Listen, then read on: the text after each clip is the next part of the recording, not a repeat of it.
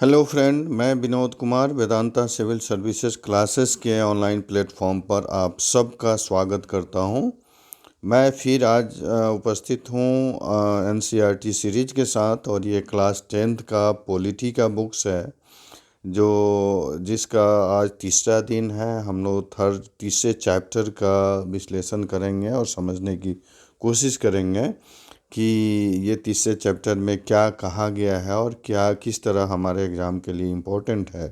मैं पहले इस चैप्टर को स्टार्ट करने के पहले एक इन्फॉर्मेशन दे दूं कि आप ध्यान रखें, अगर आप सिविल सर्विसेज की तैयारी कर रहे हैं या वनडे की तैयारी कर रहे हैं तो आजकल कंसेप्ट का होना बहुत ज़रूरी है, और इसके लिए एनसीईआरटी बुक्स बहुत मस्ट है।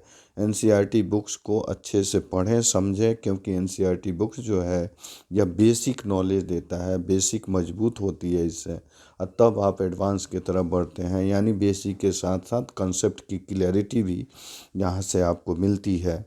अगर आपका बेसिक ही कंप्लीट नहीं होगा तो फिर आप आगे कुछ नहीं कर पाएंगे। इसलिए ध्यान रखें, अगर आप कमीशन करना चाहते हैं तो ये गांठ बांध लें कि एनसीईआरटी बहुत इम्पोर्टेंट है आपके लिए। चलिए स्टार्ट करते हैं। क्लास 10th का पॉलिटी का बुक से हम लोग रिव्यू कर रहे हैं, और उसके साथ ये आज का सेशन जो है ये तीसरा चैप्टर है आज का। और तीसरा चैप्टर जिसका नाम है लोकतंत्र और विविधता, ये चैप्टर से ही आप समझ जा सकते हैं कि इसमें किस तरह के विषय वस्तु की चर्चा की गई होगी। यानी लोकतंत्र क्या है और विविधता क्या है, दोनों में अंतर क्या है, किस विविधता की बात ये कर रहा है। और लोकतंत्र में यानी भारतीय लोकतंत्र की अगर बात की जाए तो वह देखेंगे कि भारतीय लोकतंत्र में जनता की भागीदारी या जन भागीदारी की बात कही गई है। अर्थात इब्राहम लिंकन को आप याद करेंगे, इब्राहम लिंकन के परिभाषा के साथ भारतीय लोकतंत्र स्थापित होती है, जिसमें लोकतंत्र में कहा जाता है कि जनता के द्वारा और जनता के लिए अगर शासन जो होता है उसे लोकतंत्र कहते हैं। अर्थात हर एक स्तर पर, शासन के हर एक स्तर पर जन भागीदारी की बात इसमें कही गई है। चलिए आइए स्टार्ट करते हैं। चैप्टर स्टार्ट करने के पहले थोड़ा परिचय देखेंगे हम लोग कि पिछले अध्याय में हमने देखा कि भाषाई और क्षेत्रीय विविधताओं को संग साथ लेकर चलने के लिए सत्ता का बंटवारा किया जा सकता है, लेकिन लोगों की विशिष्ट विशिष्ट पहचान सिर्फ भाषा और क्षेत्र के आधार पर ही नहीं बनती। कई बार लोग अपनी पहचान और दूसरे से अपने संबंध शारीरिक बनावट, वर्ग, धर्म, लिंग, जाति, कबीले वगैरह के आधार पर भी परिभाषित करते हैं। इस अध्याय में हम देखेंगे कि किस तरह लोकतंत्र सारी सामाजिक विभिन्नताओं, अंतरों और असमानताओं के बीच सामंजस्य बैठान कर उनका सर्वमान्य समाधान कर देने की कोशिश करता है। यहाँ हम सामाजिक विभाजनों की सार्वजनिक अभिव्यक्ति के एक उदाहरण के जरिए अपनी बात स्पष्ट करने की कोशिश करेंगे। इसके बाद हम यह चर्चा करेंगे कि सामाजिक विभिन्नता कैसे अलग अलग रूप धारण करती है। फिर हम यह देखेंगे कि सामाजिक विभिन्नता और आर्थिक लोकतांत्रिक राजनीति किस तरह एक दूसरे को प्रभावित करती है। अर्थात इनका कहने का अर्थ है कि इस मैटर को, इस कंसेप्ट को ये एक एग्जाम्पल के थ्रू समझाने की कोशिश कर रहे हैं, और इस एग्जाम्पल को हम लोग भी समझने की कोशिश करेंगे। यह एग्जाम्पल है मैक्सिको ओलंपिक की कहानी से स्टार्ट होती है। मैक्सिको में जो ओलंपिक हुआ था उस कहानी से स्टार्ट होती है। और आपको ध्यान रखेंगे ये ओलंपिक जो हुआ था ये 1968 में मैक्सिको में हुआ था। उसकी चर्चा ये कर रहे हैं एक तस्वीर के माध्यम से। और ध्यान रखेंगे इस तस्वीर में ये इन्होंने दिखाने की कोशिश की है कि अमेरिका में चले नागरिक अधिकार आंदोलन की एक प्रमुख घटना से संबंधित है यह तस्वीर। यह 1968 में मैक्सिको सिटी में हुए ओलंपिक मुकाबलों की 200 मीटर दौड़ के पदक समारोह की तस्वीर है। अमेरिका का राष्ट्रगान बज रहा है और सिर झुकाए तथा मुट्ठी ताने हुए जो दो खिलाड़ी खड़े हैं वे हैं अमेरिकी धावक टॉमी स्मिथ और जॉन कार्लोस। ये अमेरिकी हैं, एफ्रो अमेरिकी है, अर्थात ये मूल निवासी जो हैं अफ्रीका के हैं और इंग्लैंड अमेरिका में बसे हुए हैं। इन्होंने क्रमशः स्वर्ण और कांस्य पदक जीता था। इन्होंने जूते नहीं पहने थे, सिर्फ मोजे चढ़ाए। पुरस्कार लेकर दोनों ने यह जताने की कोशिश की कि अमेरिकी अश्वेत लोग गरीब हैं।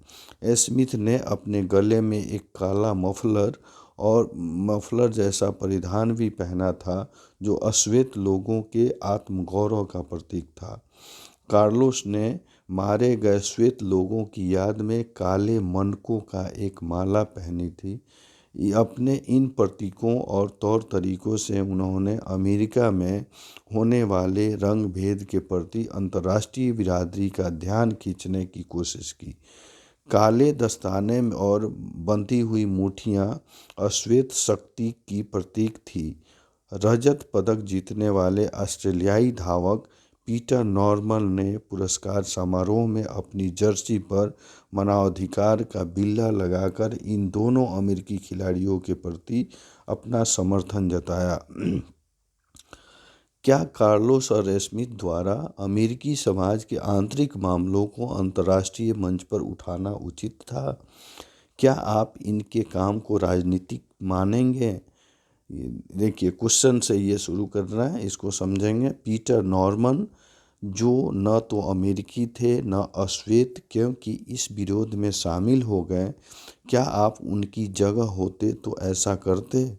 अंतर्राष्ट्रीय ओलंपिक संघ ने कार्लोस और स्मिथ द्वारा राजनीतिक बयान देने की इस युक्ति को ओलंपिक भावना के विरुद्ध बताते हुए उन्हें दोषी करार दिया और उनके पदक वापस ले लिए गए। नॉर्मन को भी अपने फैसले की कीमत चुकानी पड़ी और अगले ओलंपिक में उन्हें ऑस्ट्रेलिया की टीम में जगह नहीं दी गई, पर इनके फैसले ने अमेरिका में बढ़ते नागरिक अधिकार आंदोलन के प्रति दुनिया का ध्यान खींचने में सफलता पाई। हाल ही में सैन होज स्टेट यूनिवर्सिटी ने जहां इन दोनों ने पढ़ाई की थी, इन दोनों का अभिनंदन किया और विश्वविद्यालय के भीतर उनकी मूर्ति लगवाई। जब 2006 में नॉर्मन की मृत्यु हुई तो उनकी अस्थि को कंधा देने वालों में स्मिथ और कार्लोस भी थे। इस विवाद को इन्होंने समझाने की कोशिश की कि कैसे वो अपने अधिकार का डिमांड कर रहे हैं और उसके जो सपोर्टर हैं उनको किस तरह इस पदक से दूर किया जा रहा है। यहाँ एक हेडिंग है, समानताएं, असमानताएं और विभाजन। इसको समझने की कोशिश करेंगे। ऊपर दिए गए उदाहरण में खिलाड़ी सामाजिक बंटवारे और सामाजिक भेदभाव का अपने तरीके से विरोध कर रहे थे, पर क्या ऐसा भेदभाव सिर्फ नस्ल या रंग के आधार पर ही होता है? पिछले 2 अध्यायों में हमने सामाजिक बंटवारे के कुछ अन्य स्वरूपों को देखा था। उदाहरण के लिए बेल्जियम और श्रीलंका में यह विभाजन क्षेत्रीय और सामाजिक दोनों स्तरों पर मौजूद था। बेल्जियम में अलग अलग इलाकों में रहने वाले लोग अलग अलग भाषाएं बोलते हैं। श्रीलंका में यह बंटवारा भाषा और क्षेत्र दोनों आधारों पर दिखाई देता है। इस प्रकार हर समाज में सामाजिक विविधता अलग अलग रूपों में सामने आती है। अर्थात ये समाज समझाने की कोशिश किए हैं अलग अलग देश के समाज का एग्जाम्पल लेकर के कि समाजों में विविधता कैसे पाई जाती है और किस तरह एक ही समाज में किस तरह विभिन्न समुदाय के जाति धर्म के लोग रहते हैं। सामाजिक भेदभाव की उत्पत्ति। सामाजिक विभाजन अधिकांशतः जन्म पर आधारित होता है। सामान्य तौर पर अपना समुदाय चुनना हमारे बस में नहीं होता। हम सिर्फ इस आधार पर किसी खास समुदाय के सदस्य हो जाते हैं कि हमारा जन्म उस समुदाय के एक परिवार में हुआ होता है। जन्म पर आधारित सामाजिक विभाजन का अनुभव हम अपने दैनिक जीवन में लगभग रोज करते हैं। हम अपने आसपास देखते हैं कि चाहे कोई स्त्री हो या पुरुष, लंबा हो या छोटा, सबकी चमड़ी का रंग अलग अलग है। उनकी शारीरिक क्षमताएं या अक्षमताएं अलग अलग हैं। बहरहाल बहरहाल सभी किस्म के सामाजिक विभाजन सिर्फ जन्म पर आधारित नहीं होते। कुछ चीज़ें हमारी पसंद या चुनाव के आधार पर भी तय होती हैं। कई लोग अपने माँ बाप और परिवार से अलग अपनी पसंद का भी धर्म चुन लेते हैं। हम सभी लोग पढ़ाई के विषय, पेशे, खेल या सांस्कृतिक गतिविधियों का चुनाव अपनी पसंद से करते हैं। इन सब के आधार पर भी सामाजिक समूह बनते हैं और ये जन्म पर आधारित नहीं होते। हर सामाजिक विभिन्नता सामाजिक विभाजन का रूप नहीं लेती। सामाजिक विभिन्नताएं लोगों के बीच बंटवारे का एक बड़ा कारण होती जरूर है, लेकिन यही विभिन्नताएं कई बार अलग अलग तरह के लोगों के बीच पुल का काम भी करती है। विभिन्न सामाजिक समूहों के लोग अपने समूहों की सीमाओं से परे भी समानताओं और असमानताओं का अनुभव करते हैं। जो उदाहरण पहले दिए गए हैं उनमें उसमें कार्लोस और स्मिथ तो एक हिसाब से समान थे। दोनों अफ्रो अमेरिकी थे, जबकि नॉर्मन श्वेत थे। पर इन तीनों में एक समानता थी कि वे सभी नस्ल आधारित भेदभाव के खिलाफ थे। अक्सर यह देखा जाता है कि एक धर्म के को मानने वाले लोग खुद को एक ही समुदाय का सदस्य नहीं मानते, क्योंकि उनकी जाति या उनका पंथ अलग अलग होता है। यह भी संभव है कि अलग अलग धर्म के अनुयायी होकर भी एक जाति वाले लोग खुद को एक दूसरे से ज़्यादा करीब महसूस करेंगे। एक ही परिवार के अमीर और गरीब ज़्यादा घनिष्ठ संबंध नहीं रख पाते, क्योंकि सभी अलग अलग तरीके से सोचने लगते हैं। इस प्रकार हम सभी की एक से ज़्यादा पहचान होती है। इसी तरह लोग एक से ज़्यादा सामाजिक समूहों का हिस्सा हो सकते हैं। दरअसल हर संदर्भ में हमारी पहचान एक अलग रूप धारण करती है। अब देखिए, दूसरा सब टॉपिक है विभिन्नताओं में सामंजस्य और टकराव। विभिन्नताओं में जो भिन्नता देखी जाती है उसमें सामंजस्य भी होते हैं और टकराव भी होते हैं। इस चीज़ को समझने की कोशिश करेंगे। सामाजिक विभाजन तब होता है जब कुछ सामाजिक अंतर दूसरी अनेक विभिन्नताओं से ऊपर और बड़े हो जाते हैं। अमेरिका में श्वेत और अश्वेत का अंतर एक सामाजिक विभाजन भी बन जाता है, क्योंकि अश्वेत लोग आमतौर पर गरीब हैं, बेघर हैं, भेदभाव का शिकार हैं। हमारे देश में भी दलित आमतौर पर गरीब और भूमिहीन हैं। उन्हें भी अक्सर भेदभाव और अन्याय का शिकार होना पड़ता है। देखिए, ये तुलना कर रहे हैं अमेरिका के श्वेत और अश्वेत लोगों से।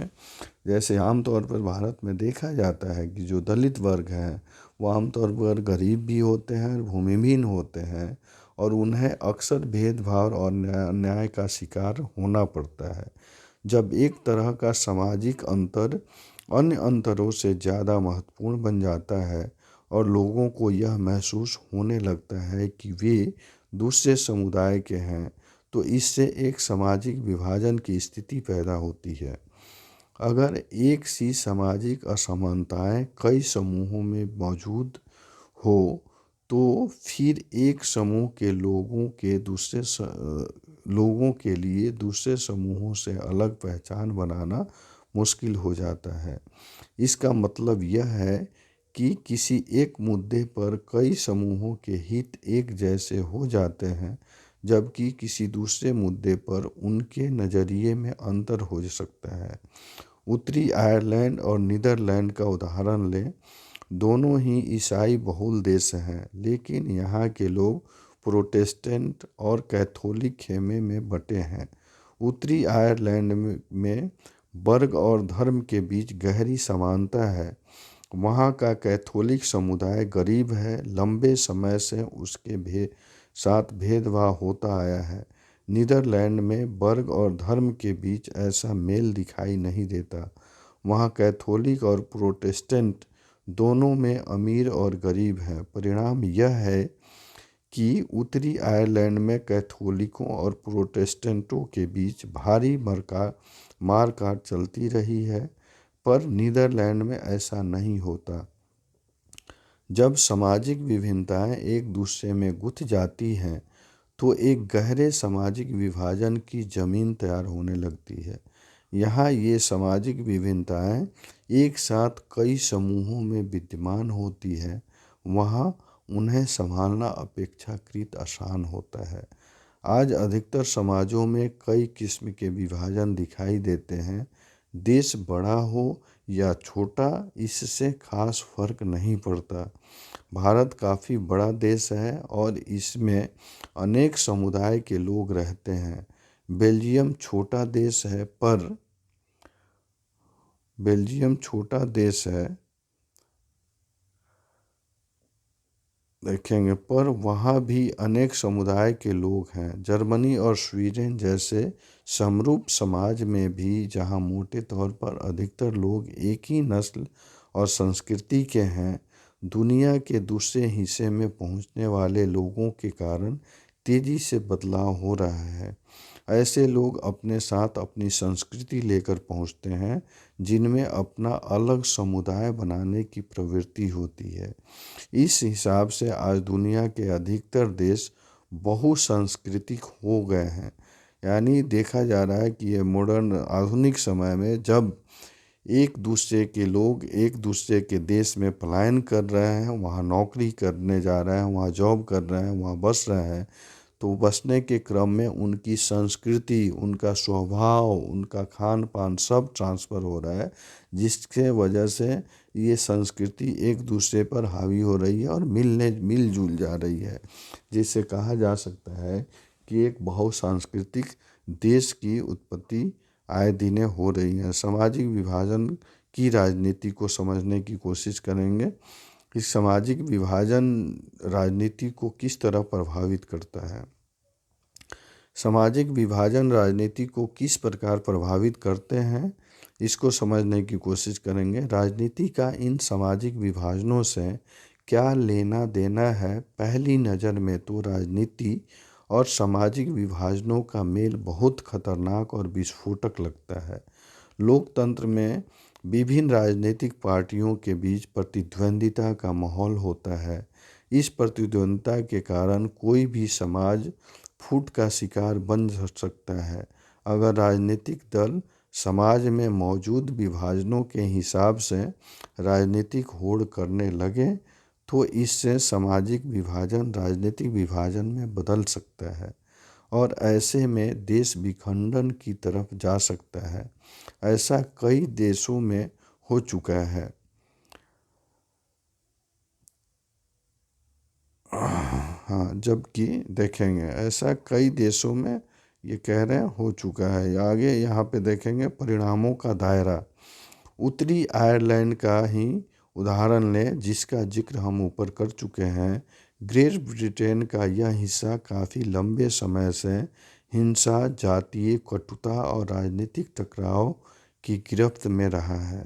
यहाँ की आबादी मुख्यतः ईसाई ही है, पर वह इस धर्म के दो प्रमुख पंथों में बुरी तरह बटी है। 53% आबादी जो है यहाँ प्रोटेस्टेंट हैं और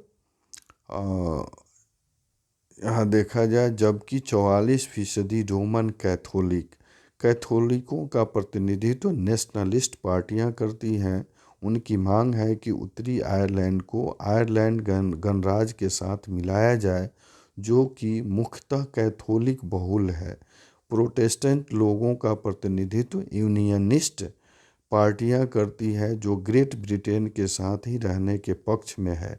क्योंकि ब्रिटेन मुख्यतः प्रोटेस्टेंट देश है, यूनियनलिस्टों और नेशनलिस्टों के बीच चलने वाले हिंसक टकराव में ब्रिटेन के सुरक्षा बलों सहित सैकड़ों लोग और सेना के जवान मारे जा चुके हैं।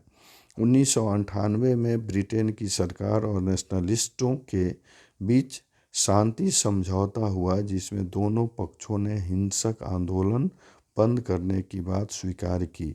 यूगोस्लाविया में कहानी का ऐसा सुखद अंत नहीं हुआ। वहाँ धार्मिक और जातीय विभाजन के आधार पर शुरू हुई राजनीतिक होड़ में यूगोस्लाविया कई टुकड़ों में बंट गया। ऐसे उदाहरणों के आधार पर कुछ लोग यह निष्कर्ष निकालते हैं कि राजनीति और सामाजिक विभाजन का मेल नहीं होना चाहिए। देखिए, ये बिल्कुल सही कह रहे हैं। यानी जो बुद्धिजीवी वर्ग हैं वो कहते हैं कि राजनीति और समाज जो है दोनों दो अलग अलग चीज़ें हैं, दोनों को कभी भी मिक्स नहीं की जानी चाहिए। उनका मानना है कि श्रेष्ठ स्थिति में यह है कि समाज में किसी किस्म का विभाजन ही न हो। अगर किसी देश में सामाजिक विभाजन है तो उसे राजनीति में अभिव्यक्त ही नहीं होने देना चाहिए। पर इसके साथ यह भी सच्चाई है कि राजनीति में सामाजिक विभाजन की हर अभिव्यक्ति फूट पैदा नहीं करती। हमने पहले भी देखा है कि दुनिया के अधिकतर देशों में किसी न किसी किस्म का सामाजिक विभाजन है और ऐसे विभाजन राजनीतिक शक्ल भी अख्तियार करते ही हैं।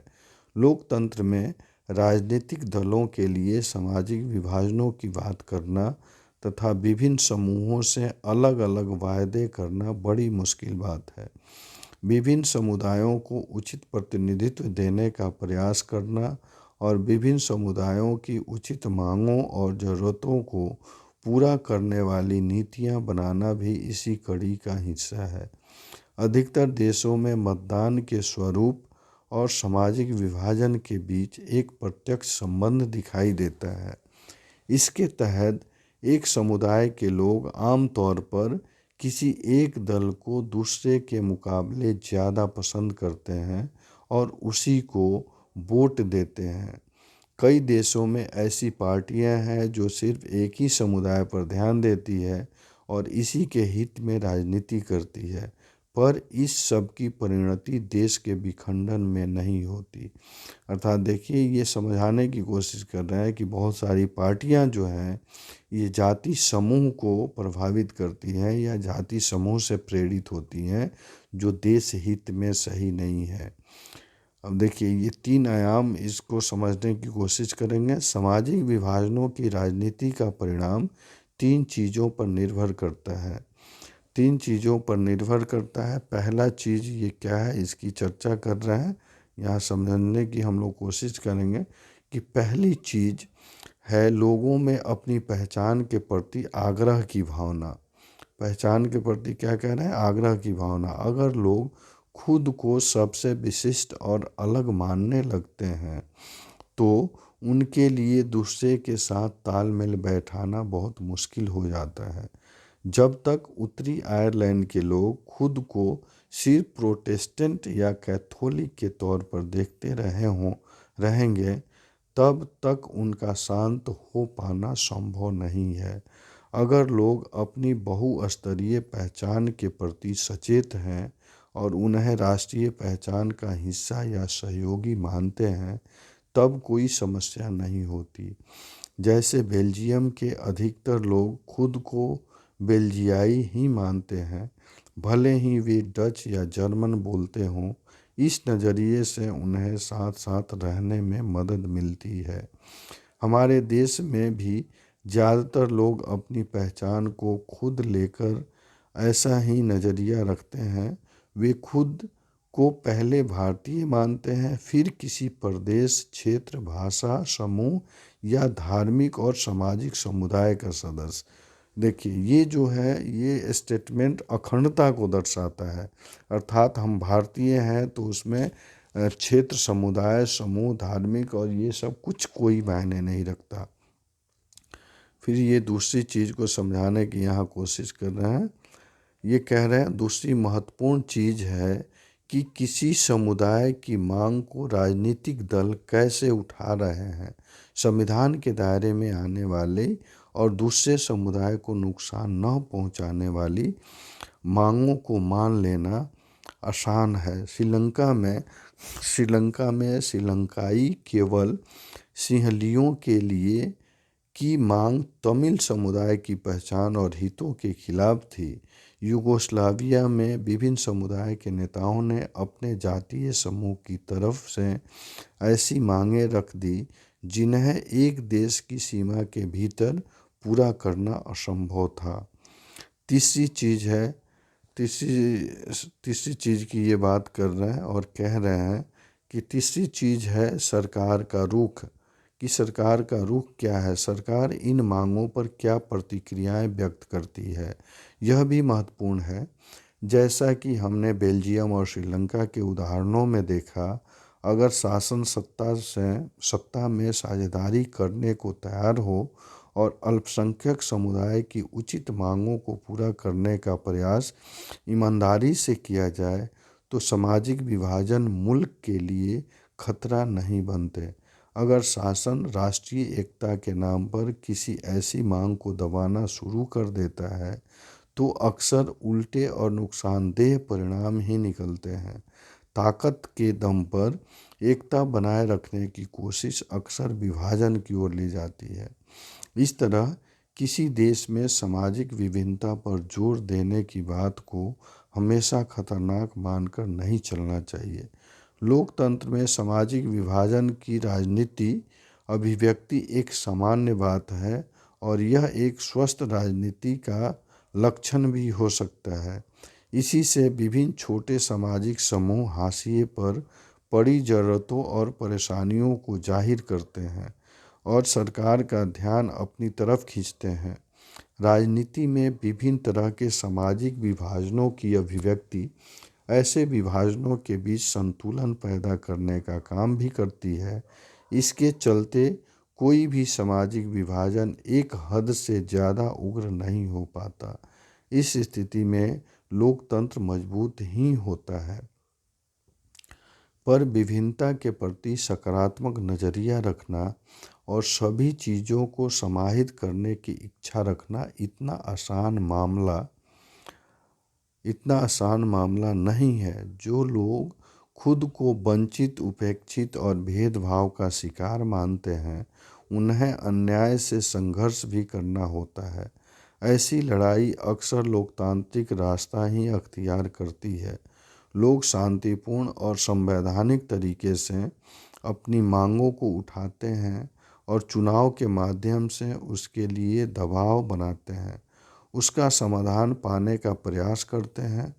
कई बार सामाजिक असमानताएं इतनी ज़्यादा गैर बराबरी और अन्याय वाली होती है कि उनको स्वीकार करना असंभव है।